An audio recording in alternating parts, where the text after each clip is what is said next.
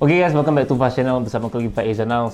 Topik kali ni aku nak membincangkan dan aku nak kongsikan mengenai leaks yang terbaru ataupun rumours yang terbaru mengenai iPhone 12 series yang bakal diperkenalkan pada bulan September tahun ni.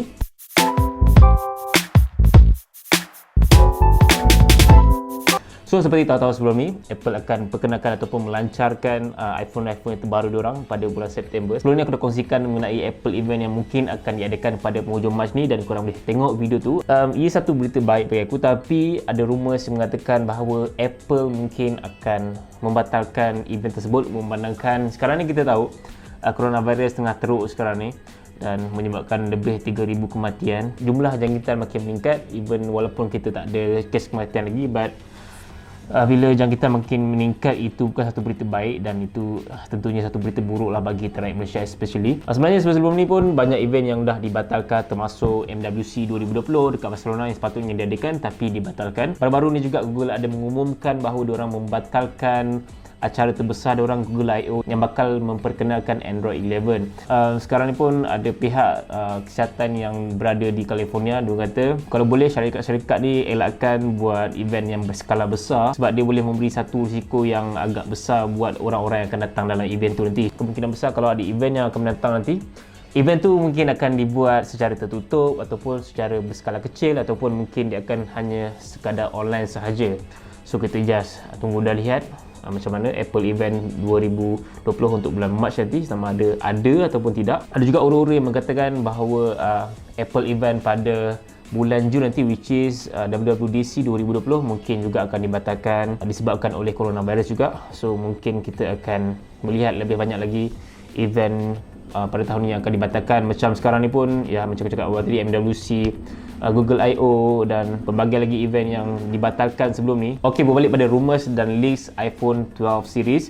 So baru-baru ni ada rumours ataupun leaks yang mengatakan bahawa iPhone 12 series kali ini akan memfokuskan juga pada fungsi kamera. So fungsi kamera ni dah difokuskan pada iPhone 11 Pro sebenarnya. So iPhone 11 Pro sebelum ni boleh dikatakan macam major upgrade daripada iPhone sebelumnya ke iPhone 11 Pro. Untuk iPhone 12 series kali ni, Apple akan memfokuskan juga peningkatan fungsi dan ciri-ciri menarik untuk iPhone 12 series. So ada leaks dari Max Weinbach mengatakan bahawa Apple mungkin akan menggunakan sensor yang lebih besar berbanding dengan sensor-sensor sebelum ni, iaitu sebesar 64 megapixel, tapi hanya untuk iPhone 12 Pro saja, dan menjadikan iPhone 12 Pro tu adalah sensor kamera iPhone yang paling terbesar dan lompat yang agak tinggi juga. Berbanding sebelum ni hanya 12 megapixel dan terus lompat ke 64 megapixel. Dan ada juga mengatakan bahawa kesemua sensor kamera dia akan dilengkapi dengan fungsi night mode. So telefoto dia, ultra wide dia, kamera utama dia especially, dan dia punya selfie kamera akan dilengkapi dengan fungsi night mode. Ada juga mengatakan bahawa fungsi night mode yang diletakkan pada kamera kali ini akan dipertingkatkan dan cahaya itu akan menjadi lebih cerah sedikit. So kita akan nampak peningkatan fungsi kamera pada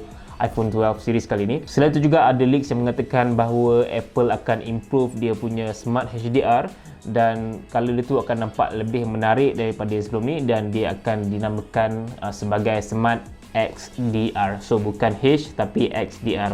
So dia tak official lagi, nama XDR tu is just a name buat masa sekarang ni, dan kemungkinan dia akan digunakan dan kemungkinan tidak.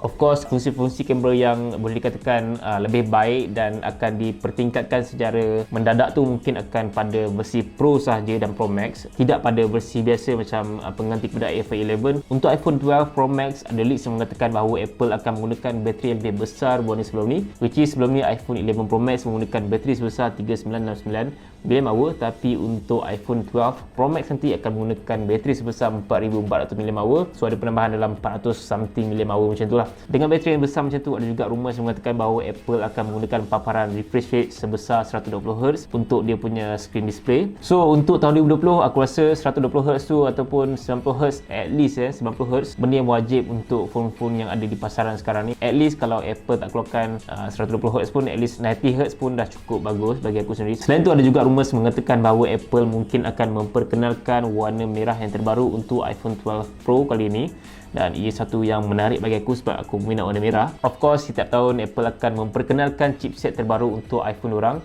So macam tahun lepas, chipset A13 Bionic, dan tahun ni Apple akan menggunakan chipset A14 yang lebih berkuasa dengan saiz sekecil 5nm. So dengan saiz 5nm tu dia macam boleh menjimatkan sikit ruang untuk motherboard tu. So that's why Apple boleh besarkan sikit kapasiti bateri tu kepada 4400 mAh. It just maybe. So yang paling pasti adalah Apple akan menggunakan chipset A14 untuk tahun 2020, dan at least akan ada salah satu model yang akan hadir dengan rangkaian 5G.